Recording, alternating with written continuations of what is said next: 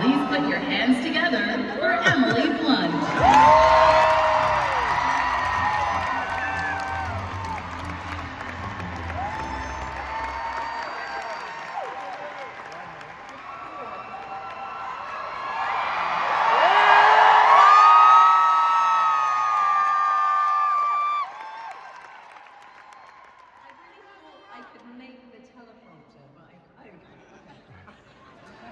Hi everyone. I'm so proud to be able to wax on about this awesome demigod that we're celebrating today.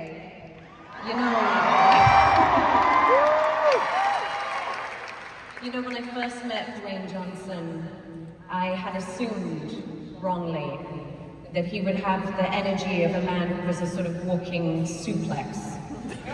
But the bravado of The Rock was actually nowhere to be seen. The Rock, in fact, is a performance. It's the performance of a lifetime. What I was met with was someone who was so disarmingly wise, gentle, curious, totally unpretentious. And not to say this one's an angel, all right, because he's not. He's a non-conforming, rule-breaking, mold-breaking rebel. He's funny as hell. He's filthy. And he's played some merciless pranks on me. And forget trying to keep up with him on the tequila. Don't do it. You will be absolutely legless, and it won't have put a dent in it. But the hangovers aside, I admire him. I admire him so much. You know, this is someone who came from great struggle, who had a hell of a lot to overcome, but I think someone who always felt that compass in his chest, and he listened to it. Well, he was right to follow that compass, and not to listen to the noise of those who told him he wouldn't make it in Hollywood. Those people were morons. Because he has,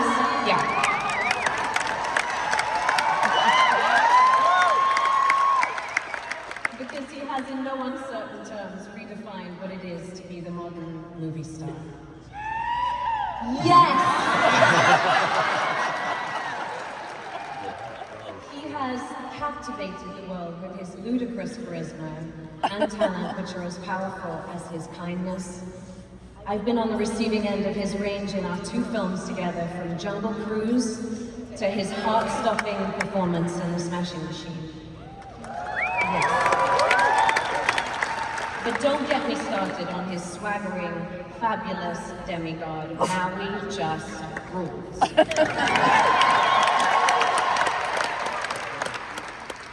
You know, in Polynesian culture, Moana is a sacred spiritual force, a power and a vital energy that guides us, and it represents authority, prestige, connection. This sounds a lot like the person I know. To me, this sounds like the stuff of a legend. So take a look. Movie stars in the world. Favorite guy, Dwayne Johnson. Ladies and gentlemen, the moment you've all been waiting for. Dwayne has such incredible charm. Can I get a cheese? He's such a humble guy, even though he has no need to be modest about anything. You guys have fun?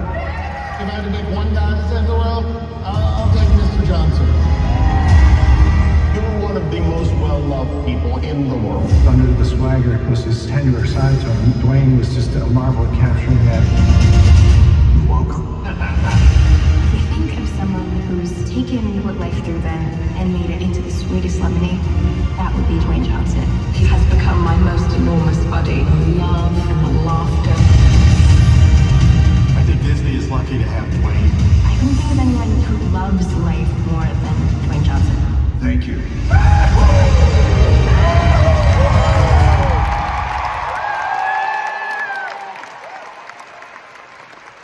want to say congratulations, Toots. I think you're a wonder, and I love you. And to bring this Disney legend up here, am I drunk? To bring this Disney legend up here, could everyone on three give this guy the biggest chee-hoo he's ever heard in his life? 3, 2, 1.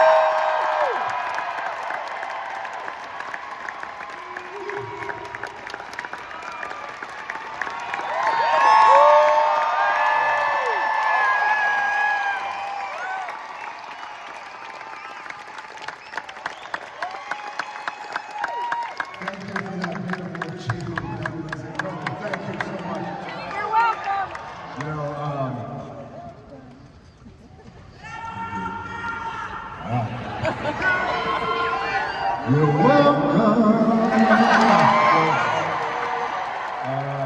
Growing up a trailer park kid to being introduced on stage here today by one of my closest friends, Emily Blunt, as a Disney legend, and sharing it with all of you, this is a pretty damn cool day. So thank you so much.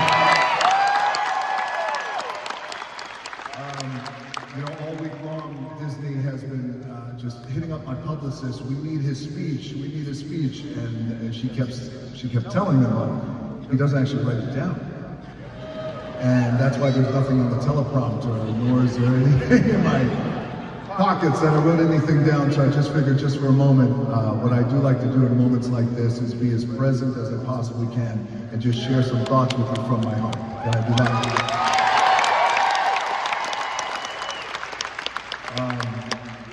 I have to thank you, man. I want to thank all of you for being here, and I want to congratulate all the Disney legends. What an honor this is to be Disney, over 300, I think, Disney legends.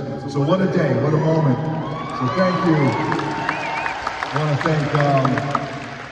want to thank my friend and my mentor over the years, Bob Iger. Thank you, sir. I appreciate that. Alan Huntley, David Greenbaum, Dana Walden, Assad, of course, and all of Disney. And I also want to take a moment to thank my team who's here. I also want to take a moment to thank my family who's here. Danny, Dave, Tati, Simone, my oldest daughter Simone, it's her birthday weekend.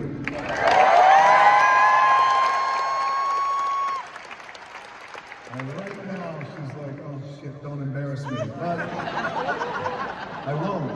But I do want to say that, and you'll see where I tie all this in as I share my thoughts with you, is there's a few things I think that connect all of us Disney legends, but all of us here at Disney, is this idea that we all do what we can to create moments and experiences of joy for people and families around the world. And that's important. And that means something. And when I first went to Disney the very first time, we lived in Tampa, Florida. I was 5 or 6 years old. Yeah, go Tampa. Look at Tampa in the house. That's my mom. Thank you. That's I was 5 or 6 and I went to Disney in Orlando, and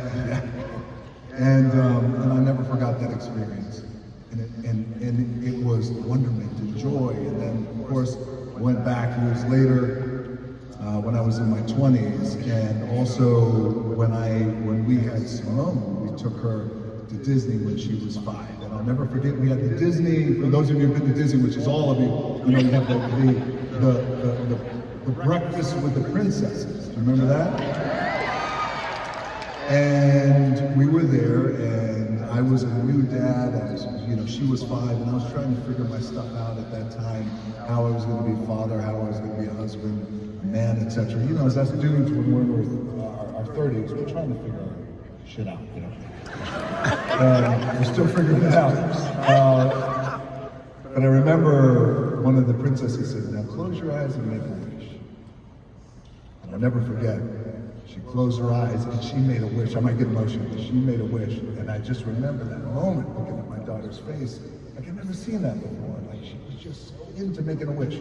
And I was telling Danny, I said, God, I wonder what was going through her little mind at that time. And it's just experiences like that we create that I know she'll never forget, that I'll never forget. But that's the beauty of Disney. And that's the beauty also of being a Disney legend and how lucky we are, like Anne Hathaway said. By the way, Annie was just talking about how lucky she is. We are all lucky to get to do what we do. But man, for everybody listening, especially our young folks out there, you get lucky when you work hard. And Annie works hard, by the way.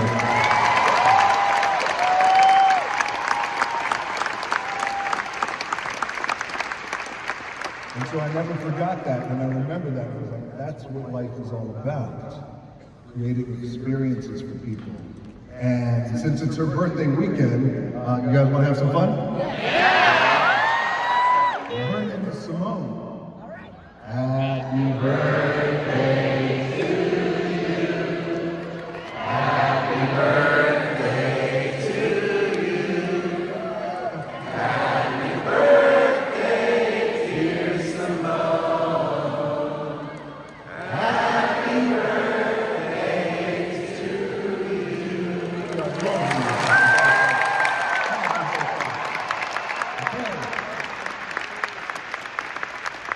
Thank you for that. Because what you just did, you did the thing that was created in her years ago, 20 years ago when she was 5. You just gave an experience she would never forget. Yes. And I love it. And my little daughters who are at home too, her sisters, Jazzy and Tia, they're back in Boston. They're watching right now. I know they will. Yes. And they asked me, hey, Daddy, what does it mean to be a Disney legend? Like Annie's kids asked, what does it mean to be a Disney legend? I said, well, it means we're going to get free tickets for the rest of our life. Well, thank you, Bob. I said, but you know what it means? I said, it means the thing that we talk about all the time. And what we talk about, if you ask Jazzy and Tia, her sisters, Simone's sisters, hey, what's the best part of fame? They'll say, making people feel good. Yes. And that's the thing you realize, like that, the world will spin and it'll hit us, it'll punch us, it'll kick us, it'll hug us. But what we do in this room, outside of this room, whether you're a Disney legend or not, I'm a big advocate for, despite the noise in the world, and despite how algorithms kind of emphasize sometimes noise and negativity and things like that, we can always control how we respond and how Disney responds, Disney legends, whether you're a Disney legend or not, we respond with making people feel good and treating them with kindness. Rock and roll. And I'm going to wrap this up, but may I hold that? May I hold it? All right. I'm going to hold it. I love you too. Thank you for saying that. Thank you. That's enough, Grandma. Listen. This is heavy. Thank you. I do want to say this, that when it comes to our responsibility, I think, of what it means to be a Disney legend, which is amazing, but also I think what our responsibility is to be a human being, which is do our best. It's not easy, but do our best to make people feel good and treat them with kindness, because you never know what they're going through. And by the way, everybody's going through something. So with that in mind, trends will come and go, and algorithms will do what they do. But being kind and being good to people, and I heard this quote when I was 15, and I'll never forget it, is it's nice to be important, but it's more important to be nice. And I mean that with my heart.